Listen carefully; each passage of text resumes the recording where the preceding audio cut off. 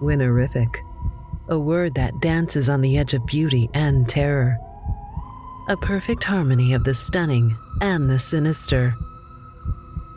Greetings, my dear listeners, and welcome to another Wynoriffic Wednesday.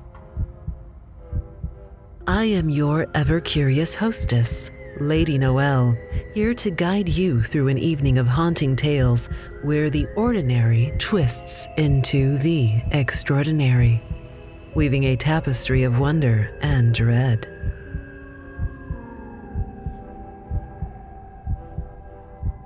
Our first tale tonight begins with an unassuming garden, a place of life and growth. But what if something takes root there? Something grotesque, unnatural, and menacing. Written by Marta Abromaityte and performed by N.M. Brown. The plant brings us in the presence of an encounter that defies explanation, one that refuses to be banished. Its eerie stalks hold a mystery that is both beautiful and horrific. I remember the day I first noticed it. Its green bulbous stems protruded at odd angles that shouldn't have been possible, and yet they were. I'd never seen a plant like that before. Was it even a plant? I had no recollection of planting it and couldn't figure out where it came from. It just appeared one day, much like a cancerous cyst. I eyed its curious stalks, the color a deep and menacing red. The moist sap dribbled onto the blackened earth, forming a puddle that reflected in the morning sun. It glistened so brightly that it hurt my eyes. I wanted to approach it, observe it up close, but every time I tried, I'd feel this crippling anxiety that gripped me so tightly that I found it hard to breathe. I needed to get rid of it. Something told me that it shouldn't be there. I felt foolish.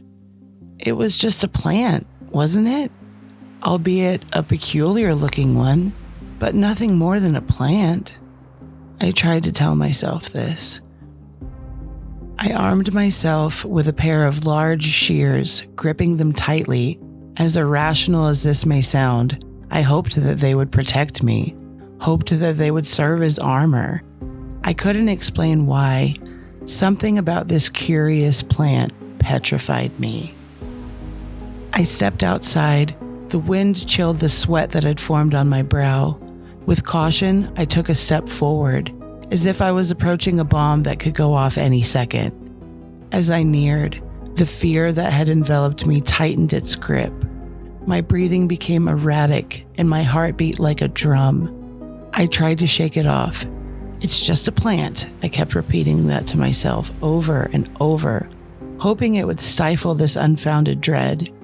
For a moment, it did. I took a deep breath and moved even closer. That's when the smell hit me. It was putrid and hot, hanging in the air like a decaying corpse. I pinched my nose tight, but the acrid smell still trickled through, like thick and balmy oil. I could feel bile rising in the back of my throat. With watery eyes, I watched the plant sway gently in the soft breeze. With each motion, the smell intensified. I lifted the shears with all the strength that I could muster, and with one swift movement, I severed it at its stalk. The stem fell to the ground, and I could have sworn I felt the earth below my feet tremble. I took a deep breath, filling my lungs with air. The air felt so much lighter, cleaner. I exhaled, feeling relief. I felt weightless suddenly, as if I'd been carrying bags of wet, putrescent planks across my back. I hadn't noticed the drastic change until I'd severed its gnarled stalk. The next day, I woke up feeling fatigued. My body felt heavy, gluey, and entirely unlike my own. I walked with legs that felt like thin sticks of wood, hard but flimsy. When I reached my kitchen window, I found myself feeling faint at the sight that greeted me. It was the plant. It was back and more grotesque than ever. It stood tall as me, in fact. It was exactly my height. Its bulbous shape pulsated in the hot sun. It was almost smoldering. I could see smoke emanating from its crooked stalks. The leaves glistened as if doused in fuel. I could almost smell it. I looked down at the blackened earth and saw its roots throbbing and warping, stirring the dirt that surrounded it. It moved closer. It beckoned to me. I pleaded with it. "No, please. I don't want to." My voice sounded gritty, as if my vocal cords had been shredded. I was no longer in control of my own body and found myself walking toward the plant. I tried to scream, but no sound came out. My throat felt raw, my mouth wet. I touched my face and glanced at my fingertips. They were covered in soil, damp and coarse. I looked down and saw that my body was caked in blackened earth, as if I'd been buried alive. I didn't know what was happening to me. As I neared the plant, my vision became blurry, and I passed out. When I awoke, I saw my kitchen window. I was in my garden upright, but I couldn't turn my head to look around. I tried to move my arms, but I found that I couldn't feel anything. The sensation of my limbs was absent. I could feel the panic rising within me, threatening to erupt like a violent volcano. That was when I saw her. She was standing by her window, eyeing me curiously. She began moving toward the door slowly. In her hand, she held a large pair of shears, the same shears that I know I owned. She was exactly my height.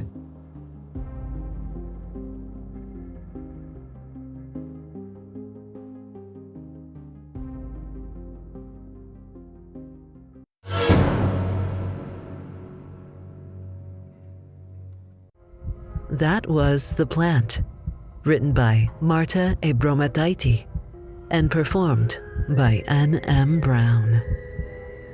That was The Plant, written by Marta Abromaityte and performed by N.M. Brown. Well, dear listeners, it seems this garden's beauty isn't the only thing growing. So is its terror. A friendly reminder: before pruning a plant, ensure it's not pruning you first. Green thumbs are charming, but a red stalk is rarely a good sign.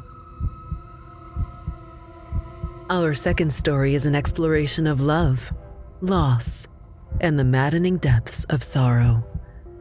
A mother's grief unveils a tale of tragedy that transforms into something far more chilling. When grief consumes us, it can lead to acts both unthinkable and unforgettable. Join us as we descend into the dark heart of a mother's unyielding love.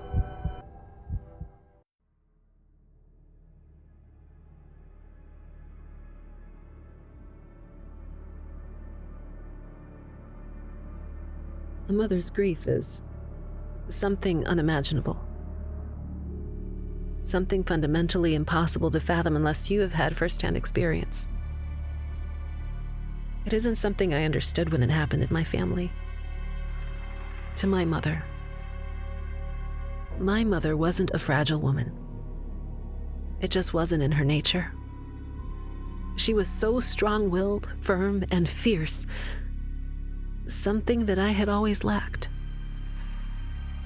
It wasn't until the death of my brother that I noticed a drastic change in her. A terrifying change. My brother Michael was always my mother's favorite. He was the apple of her eye.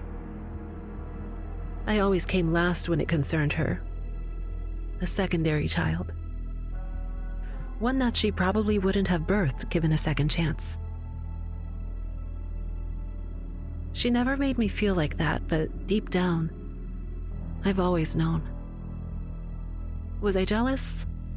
Maybe a little, yeah. But it wasn't like my mother never loved me. She did. Just not as much as she loved Michael. Michael died when he was just 21 years old. A tragic, gruesome death. Too young to die, everyone said. He had so much to live for. It was true, he did. His death was macabre. Something that you don't hear about every day. It left a mark on us all. But it stained my mother's soul the most. It knots my stomach just thinking about it. About Michael. But I think it's something that must be told. Must be shared, and I long to understand why it affected my mother the way it did. Grief touches people differently. I'm aware of that, but the way she was acting wasn't normal. It was downright strange. It was a Wednesday, I think, the day Michael died. The day that my mother's life changed. I don't know the intricate details that surrounded his death, but I was told enough.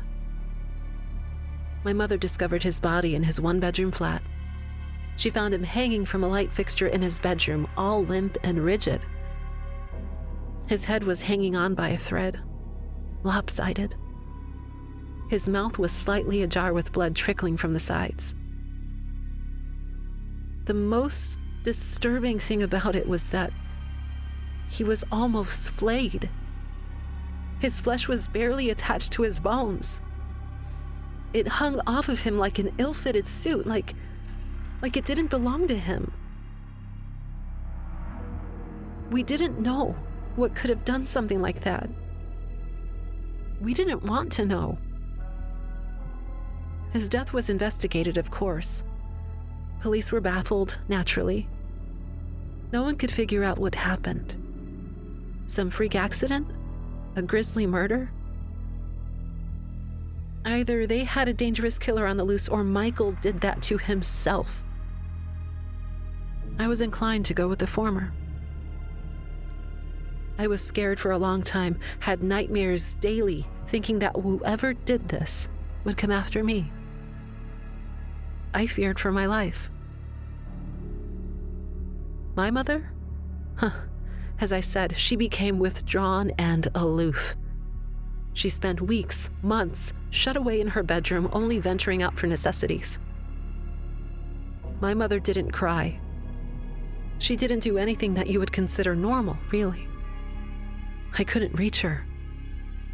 No one could. Things became even stranger when we discovered that Michael's body had gone missing. He'd only been in the ground a few days. The dirt had barely dried before he was plucked from the earth. No one knew why. The police were still preoccupied with finding who or what did that to my brother in the first place, so the fact that his body went missing seemed to drop down their priority list. Life was in turmoil. I lived in constant fear. The terror attached itself to me like some sort of parasite, making a home deep in my heart. I worried for my mother, though. Worried what this would do to her. She refused to see me every time I attempted a futile visit and wouldn't answer my calls. So one day, I decided to just turn up unannounced. I knew where my mother kept her spare key. I hated to invade her privacy like this, but I was worried sick, terrified, and I needed to make sure that she was okay. That she hadn't met the same grisly fate that Michael did. I didn't know why I feared that, but I did. My mother's small house was eerily quiet and dark. When I stepped in, I felt the cold seep into the pores of my skin. It made the hairs on my arms stand on edge. The kitchen and living room were shrouded in darkness, but I knew where my mother was. I knew she'd be in her bedroom, doing whatever it was she had been doing the last few months. I gingerly made my way upstairs, the fear gripping me tighter than ever. There was a faint light emanating from my mother's bedroom, illuminating the gloomy hallway. It almost looked like candlelight. I stood outside the door for a few minutes, gathering my manic thoughts. I knocked on the door, faintly at first. "Mom?" Nothing. No answer. I knocked again, much louder this time. That was when I heard something stirring within. I touched the handle. It cooled my sweaty palm. It was unlocked. I stepped into the room and recoiled at the repugnant sight that greeted me. The smell assaulted my nostrils. It was the smell of rotting flesh mixed in with the sweat and stale dirt. Michael lay in the middle of the floor, surrounded by dripping candles. My mother sat beside him, her hands deep inside his open chest cavity. "Mom!" I screamed. "What are you doing?" She turned her head and looked at me. Her small, fragile face was lathered in blood, and she smiled. A wide smile that stretched from ear to ear. She removed her hand from inside Michael, and in her palm, she held a shriveled up heart, and it was beating. She lifted it to her parched lips and bit into it. The bright red liquid seeped out of her mouth as she chewed the stretchy flesh. Her eyes were glassy, outright deranged. "I'm going to bring him back, Sarah. He's going to live inside me, and I will give birth to him once more. It will happen. He said it will. He said it will." It's safe to say I called the police. My mother was declared mentally unstable and committed to an institution. A mental breakdown, they called it. Complete and utter fracture of the psyche. She was a suspect in Michael's murder for a while, but eventually, that was ruled out. They still haven't found who did that to him. I visit her often, as much as I can, really. Recently, though, I've discovered something disturbing about my mother. Something I can't quite get my head around. And in fact, no one else can either. Yesterday, when I visited her, I saw that she was pregnant.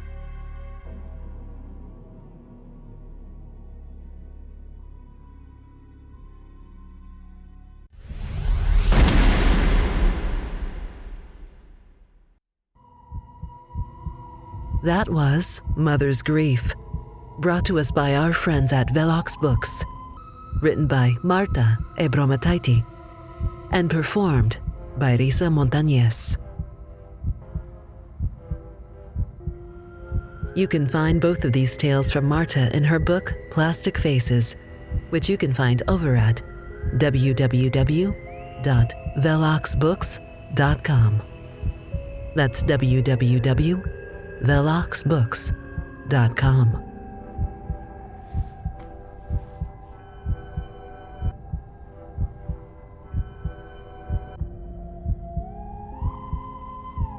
And there we have it, proof that a mother's love knows no bounds, not even those of mortality. Who needs therapy when you can stitch your family back together? Literally. Just be wary of invitations for dinner, especially if the main course is still beating.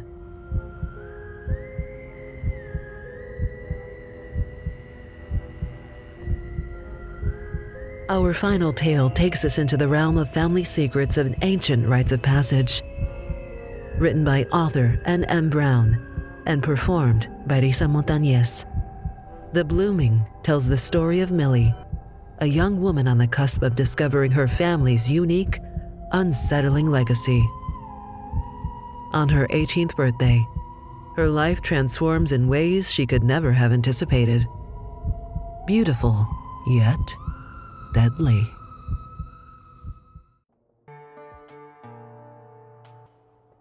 Millie, wake up! Come on, it's your birthday! Today's a very special day. You're 18! Mom's working so you get to spend the whole day with me. Meet me in the living room when you're ready. Da da da da da da da da da. My sister Elena sings cheerfully at me while shaking the mattress. I get out of bed and stare in my mirror with a disheartening annoyance. My mousy brown hair lays as limp as death, and my eyes are so unremarkable that barely anyone knows what color they are. My spindly frame, flat like a boy, leaves a lot to be desired. I'm not the prettiest of girls where I come from, and definitely not as beautiful as Elena. She's 27 and has been perfect since, well, before I was born. Every hair and curve perfectly in place. I don't hate her for it like some sisters would. She's always been more like a confidant and mother figure to me. I trudge down the stairs and pour some cereal into a bowl. Elena's perched on a chair, her eyes brimming with excitement. She starts in before I even sit down. Okay, Millie. What I'm going to tell you may sound strange, but today, your life changes completely. Yeah, I know. Today, I'm legally an adult. I'm now legally able to be held accountable for all of my decisions, along with the tidal wave of credit card offers that could suck me into debt. I interrupt her. Elena's face gets serious and she cuts me off. No, well, I mean, yes, but that's not what I'm talking about. Now, you know the women in our family have always been a little different, right? I nod in agreement. It's true. The lineage of women we come from were all strikingly beautiful, independent, and strong-willed. I don't see what that has to do with this, though. She continues. Well, every Valentine's Day after our 18th birthdays, something called the Blooming takes place. It sounds weird, but hear me out. You were born on February 13th, so there's not much time to teach you everything. Once again, I interrupt her. It's a habit of mine. Elena, what are you talking about? I'm too tired for this right now. Stop being so cryptic and weird. Millie, I'm serious, damn it. Listen to me.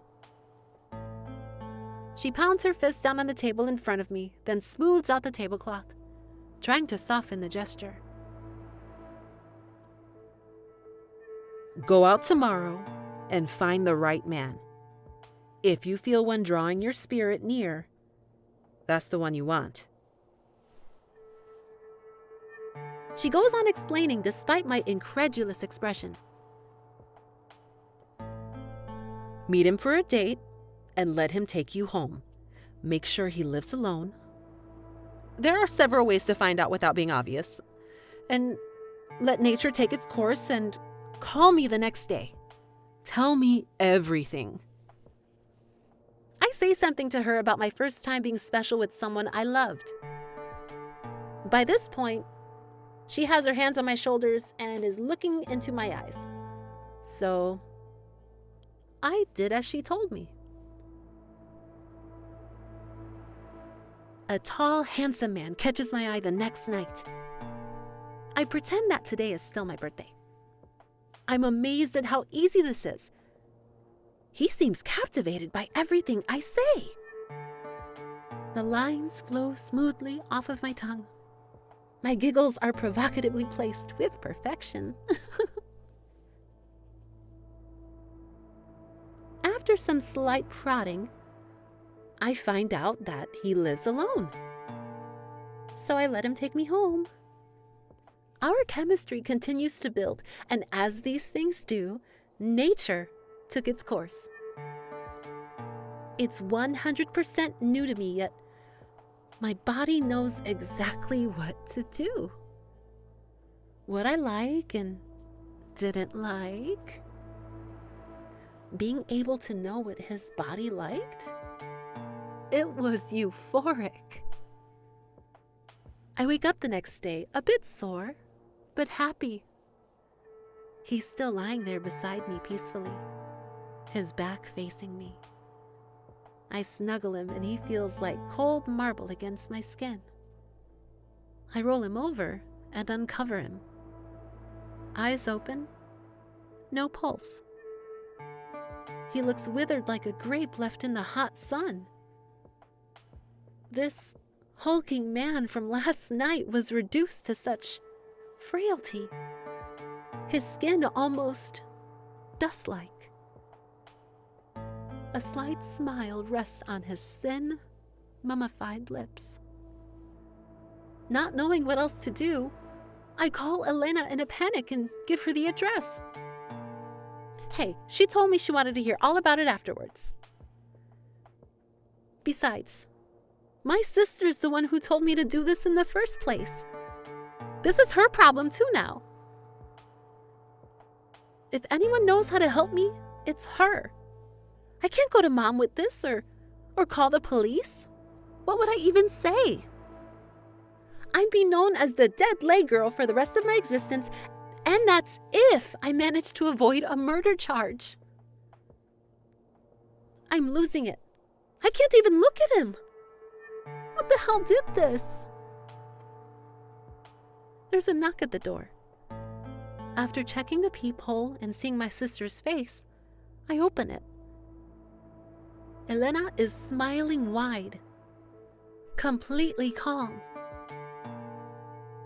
Tears are streaming down my face in horror. Elena, help me! What did I do wrong? I did exactly what you told me to do. What's wrong with me? Why is he dead? My life is over. I start clawing at my hair, my voice becoming unrecognizable with hysteria. She gathers me into a hug and starts to chuckle. Your life is not over. His is. And nothing. You did exactly what you were supposed to do. I look at her, more confused. I start to yell and scream at her, but this time she's the one interrupting me. Millie, stop. Go look in the mirror. I go into his bathroom and look at myself. My eyes are blue, like the Caribbean. My hair is a flowing mane of chestnut curls, and my body curvaceous and beautiful. My skin utterly flawless and perfectly complected. I feel the power of his essence within my breath. Now I understand. I understand everything. I'm getting the hang of it now. And things are going to be so much fun.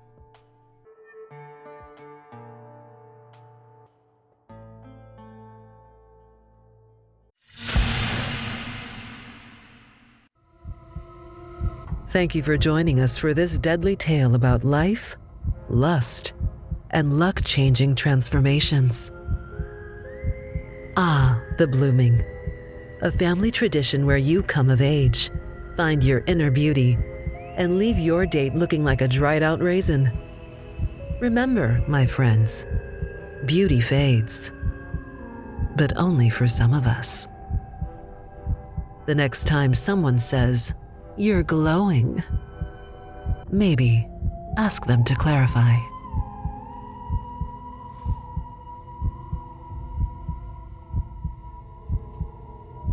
And so, dear listeners, our Wynoriffic journey comes to an end for this evening.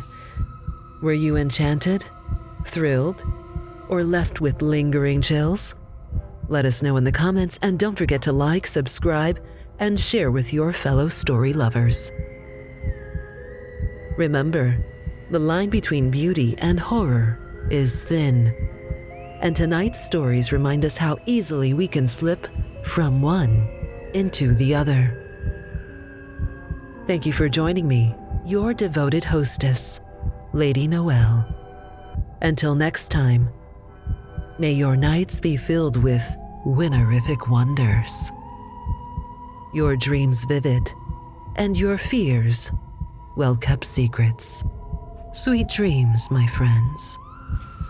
Sweet dreams, my friends.